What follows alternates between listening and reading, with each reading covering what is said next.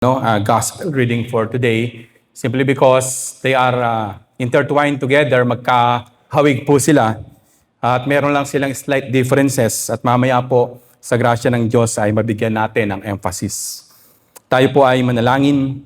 O Diyos na makapangyarihan sa lahat, hinihiling namin Ama sa iyong banal na Espiritu at sa pangalan ni Jesucristo na aming Diyos na pangunahan mo po ang iyong gawain sa mga sandaling ito, O Diyos.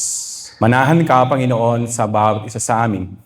At alam mo, Lord, na kapag kami naghahandang makinig sa iyo, busy din ang kaaway, Panginoon, upang abalahin ang iyong mga lingkod at hindi namin masapo ang pakay mo sa bawat isa. Kaya sa pangalan din po ni Jesus at sa kapangyarihan ng Espiritong Banal, aming Ama sa Langit, sinasaway namin ang anumang nais gawin ng kaaway upang mabalang ang iyong mensahe at maunawaan ng bawat isa sa. Isinasamo namin ito, Ama, sa pangalan ni Jesus. Amen. Ang tema po ng ating pag-uusapan ngayon is baptism of our Lord. At kitang-kita doon sa magkaibang narrative, sa Masayan at sa Markan narrative, parehong isinagawa yung bautismo sa tubig, iisang lugar, at iisa yung nagbautismo. Ang pagkakaiba po ng dalawa, mga kapatid, una, sa aklat po ng Mateo, ang audience po doon ni Mateo ay mga Hudyo. Kaya kung papansinin niyo po, merong mga talata doon na nagbibigay ng emphasis at ibinabalik yung mga listeners na si Jesus yung hula. Si Jesus yung kanilang Mesiyas para mas maunawaan nila ito. Sapagkat hindi nila tinatanggap si Jesus na siya yung tagapagligtas nila. So the gospel for today and those prophets who live ahead of their time, binabalik sila ng gospel doon sa pinagmulan ng lahat ng ito. Doon po sa sulat sa Marcos, maigsi siya pero very concise. Ang audience niya po dito ay mga Hentil, hindi po mga Hudyo. Kaya mapapansin natin, mga kapatid, na magkaiba sila at yung ginamit dito ng author ay second person at saka third person. So third person yung ginamit doon sa Mateo, kaya ang sinabi, ito ang aking anak na labis kong kinalulugdan. Samantalang doon sa Marcos, ang sabi, ikaw ang aking anak na labis kong kinalulugdan.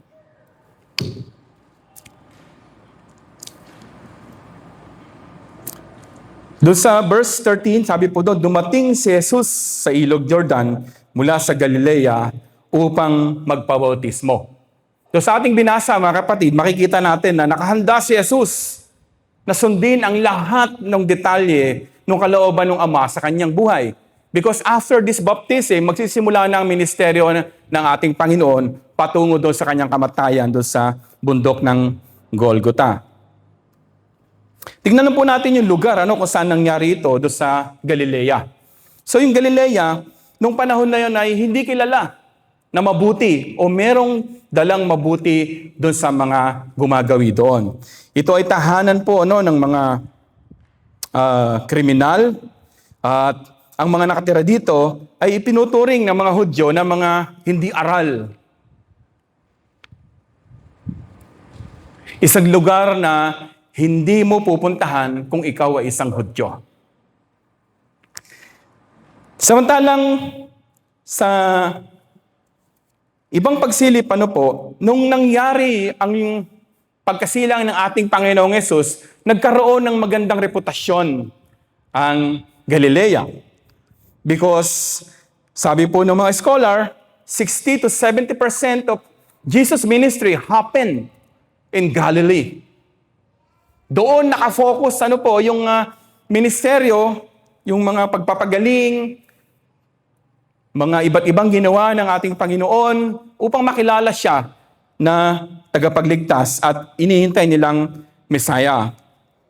Ito rin po ay naging mahalagang daanan ng ekonomiya ng mga mangangalakal. So humihinto doon yung mga bangka, mga may daladalang kalakal, they barter, they trade. Doon po nangyayari. At isang nakaagaw ng aking pansin dito, mahirap na hindi huminto dito yung mga mangangalakal sapagkat dito lamang nila matatagpuan yung fresh water. Amen po ba? So, in relation doon sa baptism, hindi po ba si Jesus ay binautismuhan din sa tubig? So, napakahalaga na ang lahat ng mangangalakal ay kailangan huminto doon sa Galilea kahit minsan ayaw nila, kahit sila ay may takot, dahil sa pagpapatuloy ng kanilang paglalakbay, wala silang iinumin kung hindi sila iigib o sasalok doon sa lugar na yon na iniiwasan ng marami.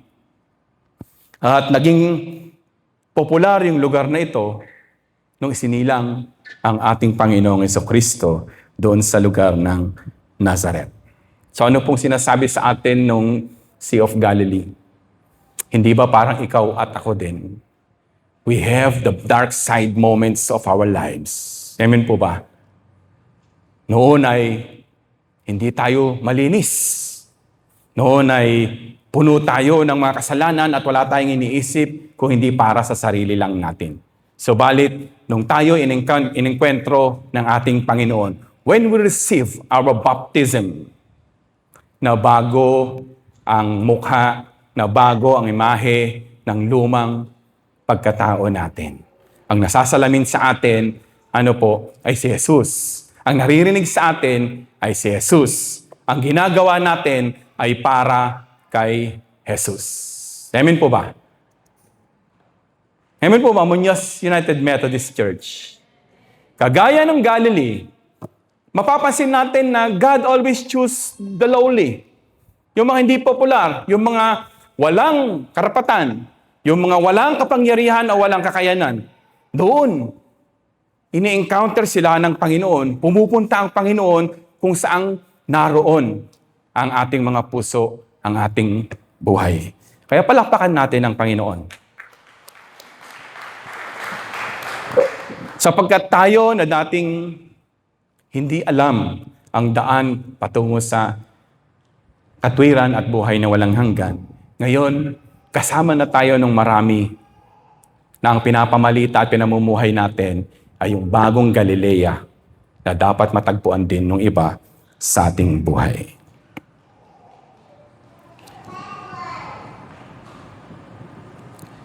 Sabi po doon sa verse 14, tinangka ni Juan na pigilan siya. Diba? Babalikan po natin yung mga talata, Maybe napansin ni Juan na Jesus Christ is approaching and stepping, wetting his shoes in sandals with the water, Jordan River. Nakita niya papa-approach na siya. Kaya inunahan niya ito at ang sinabi is, di ba dapat ako ang babautismuhan mo? You will see the reverence of the servant nung nakita niya yung kanyang master. Although pinauna siya ng kanyang Panginoon, ay handa ang daraanan, dahil sa pagbabalik ng Panginoon, nung nakita niya ito, ay pinakita niya yung kanyang reverence, yung kanyang meekness. Hindi ba, Lord, ako dapat ang babautismuhan mo? So ano pong sinasabi sa atin doon, mga kapatid? Kapag ang tao ay tinawag ng Diyos para maglingkod, o nagnanasang magbago, maraming hadlang o humahadlang. At minsan, mismong tayo ang nagiging sagwil sa mga ito. Kapag nagdi-decide tayo na we want a nicer life, na gusto nating mabago yung ating buhay, at gusto nating lumakad, sa pagkatawag sa atin ng Panginoon, napapansin niyo po ba na lalong nagdo-double time yung kaaway? Ayaw niyang mapalapit ka doon. Ayaw niyang mabago ang iyong buhay. Kaya kaliwat kanan, kabi-kabila, yung nangyayari na hindi mo naiibigan. And this will confuse you. Kung susunod ka ba talaga sa Panginoon, kung pupunta ka ba pag-araw ng linggo, dahil araw ito ng Panginoon mo. Kabi-kabila ang mga dumarating, bisita, ibang ginagawa, may mangyayari, pasakay ka na lang, biglang magkakaroon ng aberya. What are you going to do? At minsan, tayo mismo ang nagiging dahilan upang hindi mangyari ang kalooban ng Diyos.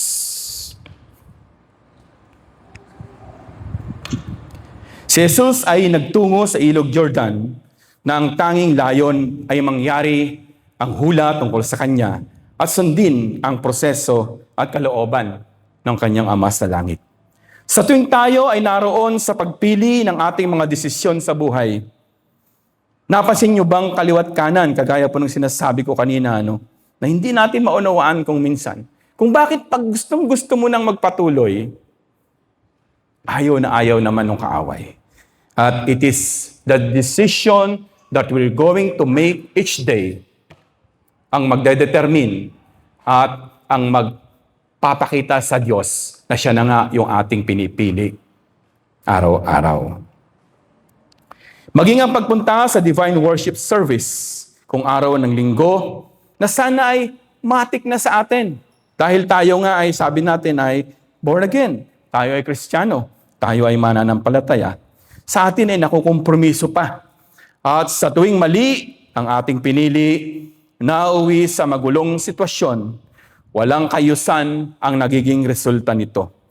Ipinanakaw natin minsan pa ang ating kapayapaan at kagalakan. And worst, napapahamak tayo o may hindi kanais-nais na nangyayari sa ating pamilya, dala ng ating ginawang pagpili. Kaya before we open our mouths in declaring anything or in making any resolve, bago tayo magsalita, pakalimiin nating mabuti na baka kapag ganito ang sinabi ko o ipilit kong mungkahi ay hindi naman mainam ang maging kalalabasan. So let us always choose God. Ang panawagan ng bagnos iti panagdalyasat na mas marami ang makadalo, marami ang makinabang sa kabuang paglalatag nito upang ang buong beya ay hindi na bumalik pa doon sa paulit-ulit na proseso. Putol-putol na programa at palaging kulang na mga pamamaraan ng pag-iebanghelyo ay hindi rin nakaligtas sa mga nagtangkang pigilan ito. Sa nakaraang 3 araw, nailatag na mabuti ang sistemang gagamitin ng bawat isa ukol sa paglalakbay nating ito. Bagaman sa plenary, marami pa rin ang nagmumungkahi ng mga dayuhang pamamaraan. Nakadisenyo sa ibang kultura at tradisyon, ang bagnos iti panagdalyasat ay sabi nga nating obispo, si Bishop Rodel, ay tailor-made para sa Baguio Episcopal area. Hindi na tayo nanghiram sa ibang komperensya ng mga tagapagsalita. Maging yung mga taga-ugi, ito yung mga nagsulat, yung kabuuan ng committee na ito, ay lahat galing sa Baguio Episcopal area. Hindi nyo napapansin, dati nanghihiram tayo sa ibang komperensya, sa ibang Episcopal area. Ngayon po, nakakatuwa na lahat ng naroon, lahat ng composition ng dalyasat system ay tigabeya na lahat. Palakpakan po natin ang ating Panginoon.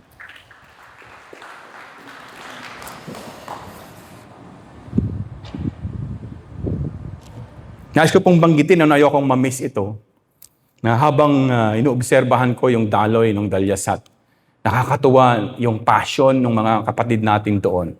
And it is my prayer na sana yung kahit katiting ng passion nila ay magkaroon si pastor. Si Reverend Joel Bengbeng, kitang-kita mo kung paanong ibinuhos niya yung kanyang paglilingkod. He already graduated sa kanyang posisyon as district superintendent. Si Madam Phoebe Crismo ay matagal nang nagretiro, pero yung mga writings doon, yung mga kabuuan, yung inilabas na manual, nandoon yung kamay at pagkilos ng Panginoon sa buhay ng mga kapatid nating ito. Nakakatuwa po. Sana magkaroon tayo ng pare-parehong passion katulad noon. 815 ang kabuuang bilang ng dumalo. Hiwalay dito yung mga ipinagtabi ng pagkain, Pinatulog ng walang paalam sa assigned rooms. Dumating ng huli sa itinakdang petsa at araw ng panagdalyasat. At dahil siguro magandang hotel, ipinaghele ng kaaway kaya palaging huli sa pagdating sa mga session. The more we desire to get close to our Master, tandaan niyo po yon, the more the devil work his ways para hindi mangyari yung kalooban ng ating Panginoon. Could have been pinakinggan ni Jesus ang ibig mangyari ni Juan, hindi sana nangyari ang kalooban ng Diyos. Wala kakasanang kaligtasan. Amen po ba?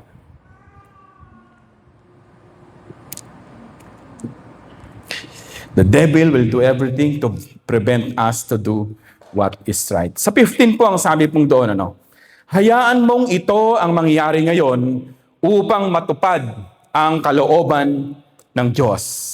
Habang si Juan ay nagdadalawang isip sa kanyang gagawin, na sa perspektibo ng mundo ay tila parang tama naman.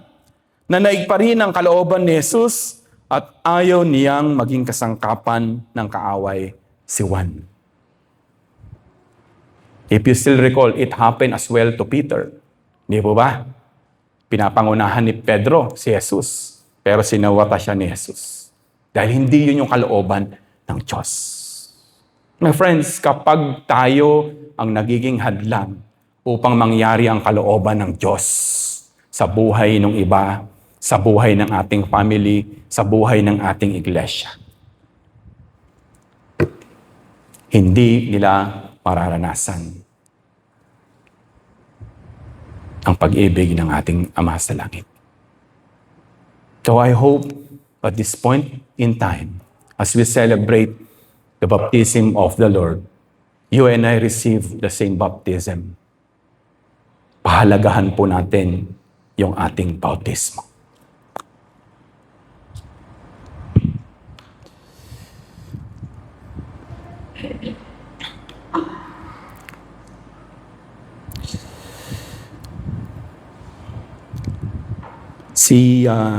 Yung aking professor, babalikan ko po ulit, si Reverend Caroline Santos.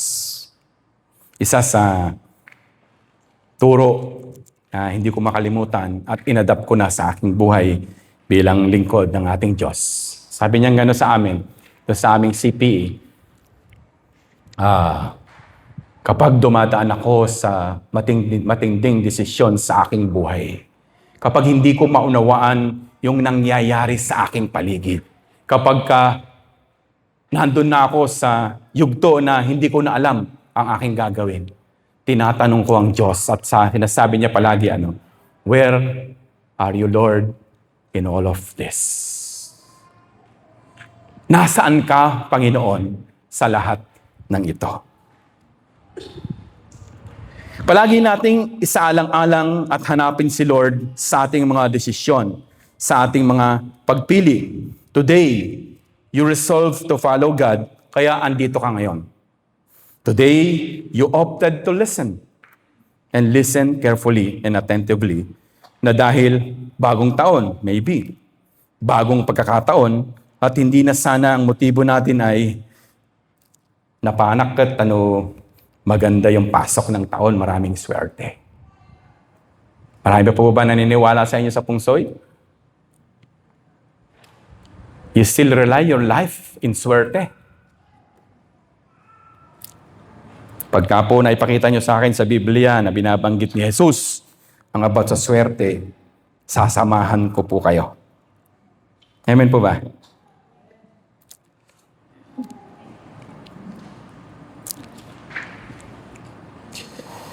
Kapag may pinapagawa ang Panginoon o inuutusan tayo, huwag na sana tayong maging pasimuno o pangunahan ang kahihinatnan ng plano at madiskaril ito at hindi mangyari. O hindi ang kalooban niya ang maghari dito. I committed lots of wrong decisions and I am not proud of it.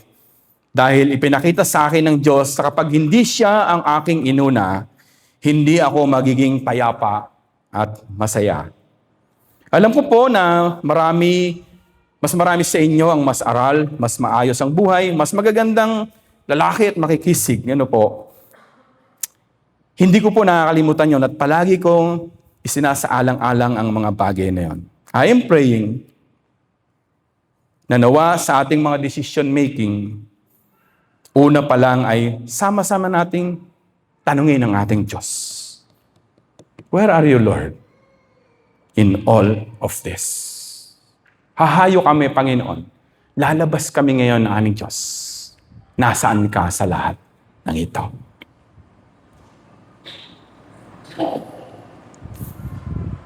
Kapag ka po tinatanong natin ng ating Panginoon at inuuna sa ating buhay, this way we always open the door to Jesus.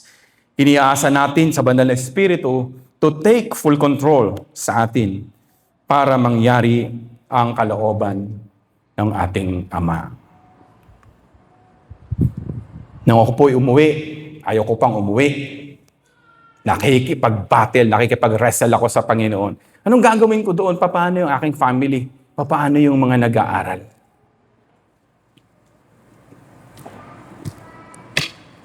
And the more I wrestle, the more I pretend that my decision is right at hindi yung kalooban ng Panginoon, the more na nagugulo yung aking buhay. Naghanap ako ng trabaho doon on my own, pero binawalan ako na wag maghanap. Because I want still to pursue, magkaroon ng kita. And for the last 3 months, magulong-magulo ang buhay ko sa Oman bago ako umuwi.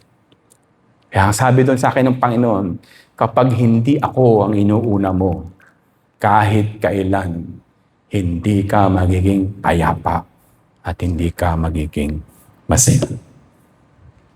So I decided to go home.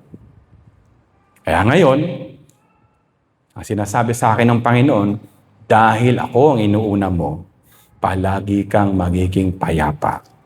Palagi kang magiging masaya. Amen po ba? Gusto niyo po bang palaging payapa at masaya ang inyong buhay? O yan na yung tugon. Unahin mo ang Panginoon. Alam mong Linggo, Sabado pa lang, naggagayak ka na, naghahanda ka na. Alam mong Linggo na, alas 7 ang pagsamba, alas 9 ang pagsamba, dapat dumadako ka na papunta doon sa iglesia. At hindi ka, agure ka baset. Umuna ka yun. Palpasik pa dito eh. Tatapusin ko muna ito. Well, sumarasarano ako. Sumaruno mo. Ngempti, naabutan na. Amen. Amen. Amen. And you still expecting a peaceful and happy life. Come on.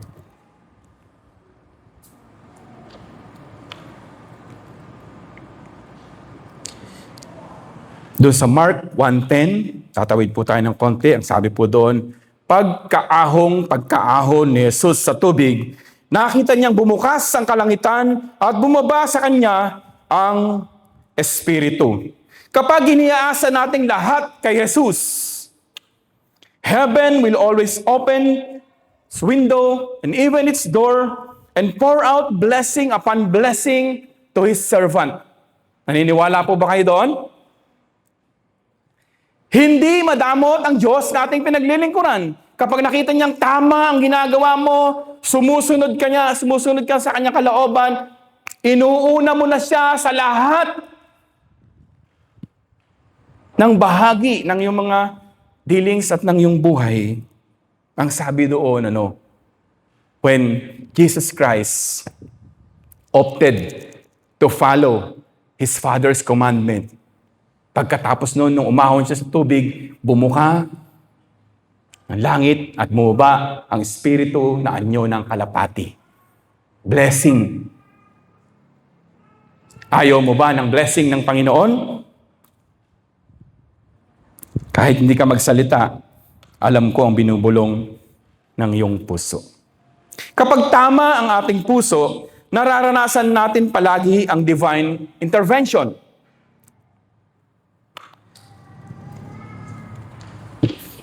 Pansinin po natin na nang magpaubaya si Juan sa kalooban ng Diyos, nangyari ang dapat at inaasahan. Bumukas ang langit at dumatal intentionally ang pagpapala sa tumanggap nito ang ating Panginoong Jesucristo. Sa mga talatang ating binasa, kapansin-pansin na direct, intentional, at specific ang naging direksyon ng mga sumunod na pangyayari. Ginawa ni Juan ang tagubilin sa kanya, prepare the way of the Lord. Kaya nagbabautismo siya sa tubig at pinapaalalahanan ng mga taong pumaparoon na magbago na at magsisi ng kanilang makasalanan at magsimulang lumakad at mamuhay kasama ang ating Diyos. At dahil sa kanyang taimtim na pagsunod sa ilog Jordan ay kinatagpo si Juan ni Jesus.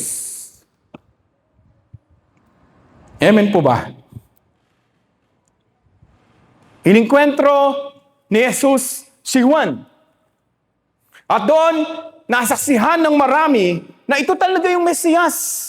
Na ito talaga yung inihula ng mga naunang propeta. Na sa mga Hudyo at mga Hentil na dumako doon sa ilog Jordan na yon, yung bautismo ni Juan Bautista kay Jesucristo ang nagpatunay, ang nagpatotoo na si Jesus nga ang itinakda nilang tagapagligtas. Alam po ninyo, kapag maayos ang ating puso, God will always meet us in our very own Jordan River. Exactly where He can find us kapag tayo ay naglilingkod, where we are at the moment of our desperation, sa oras ng ating kalungkutan, ng ating pagsisisi at paghingi ng kapatawaran. Kaya palagi tayong lumapit sa presensya ng ating Panginoon. God is also reminding us today not to forget our baptism. Baptism isn't just a ritual. It's a powerful public symbol of our commitment to follow Jesus and our union with Him. Nagagalak po tayo dahil marami po tayong nabautismuhan ng mga nakaraang mga araw. Amen po ba? And I hope we constantly seeing each other, dahil nagpapatotoo na po tayo doon sa bautismong tinanggap natin. Natutuwa tayo na nandiyan si Jessie, kahit wala na si Rose Ann. Nandiyan din si Rhea. Samantalang si Absidi ay naka-destino ngayon dahil siya po ay isang alagad ng batas. Pero tingnan niyo po yung dalawa nating mga anak. Ganon din po sana ang reminder sa atin as we celebrate the Lord's baptism ngayong linggong ito. Honor your union with the Lord. Huwag nating kalimutan na hindi lang basta kumuha tayo ng ninong at ninang at nagpunta tayo sa altar, nagpabautismo, naghanda ng piging, tapos na. It is not about your ninong or ninang. It is not about the gift that you receive. It is about the blessing of the Lord that dwell upon you when you receive your baptism. Palakpakan po natin ang ating Panginoon. Kaya po mga minamahal, ito po ang nais palagi sambitin ng Diyos sa harap ng iyong mga kaibigan. Sa loob ng iyong tahanan, in the place where God sent you, planted you and expected you to bloom. Palagi niyang inaasam na binibigyan mo si Jesus ng pagkakataong maipagmalaki ka rin niya sa mundong ito. Ang sambitin niya sa mga dating nakakakilala sa luma mong pagkatao, sa dating maruming ikaw, sa bagong anyo na iyon ang pinamumuhay dahil at para sa Kanya. Kaya nga po, kung saan ka tinawag at kinatagpo ni Jesus, doon ka palagi at doon tayo maglingkod. Ang problema, kung minsan, itinanim tayo, tinawag tayo ng Panginoon sa United Methodist, pero nang tumagal, nawala na tayo. Ang panahon natin, ang ating buhay, ay ginugugol natin sa iba. Ang sabi ng marami, pareho lang din naman na church. Pareho lang din naman, pastor, na naglilingkod ako. Pareho lang din naman na doon ay nagbibigay kami, nagkakaloob kami ng aming lakas, ng aming oras. Tama naman po yun. Pero saan ka ba tinawag? Saan ka itinanim? Naalala ko si Chaplain. Isa ito doon sa discipleship lesson na itinuro niya sa bawat isa. Bloom where you are planted. Kaya pag araw ng Sabado pa lang, dapat excited ka na. Sunday na naman, bukas Panginoon. Magkikita na naman tayo.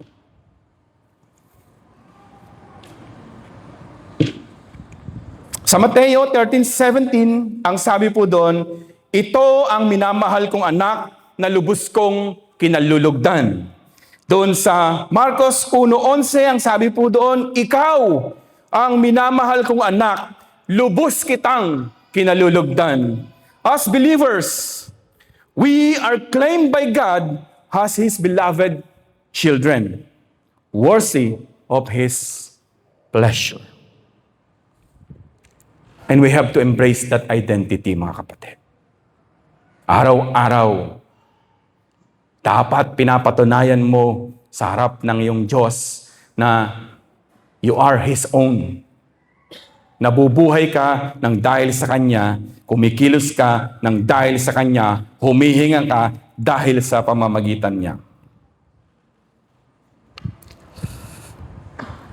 Sa lahat ng ito, mga kapatid, sa ating pong pagtatapos, kung bakit in-encourage ni Jesus si Juan na gawin yung talagang nakatakda upang hindi mapigil ang pagdaloy ng pagpapala. Kaya po yung ating pamagat ngayon is dahil siyang nararapat at kalooban ng Diyos. Church, mahaba pa ang ating lalakbayin. Lahat kayo ay may mga bahagi sa lakbaying ito. Sana po magkakasama tayo sa taong ito at sa mga taon pang darating na nandun tayo palagi sa paglilingkod sa ating Panginoon. Magandang umaga po, purihin ang ating Diyos.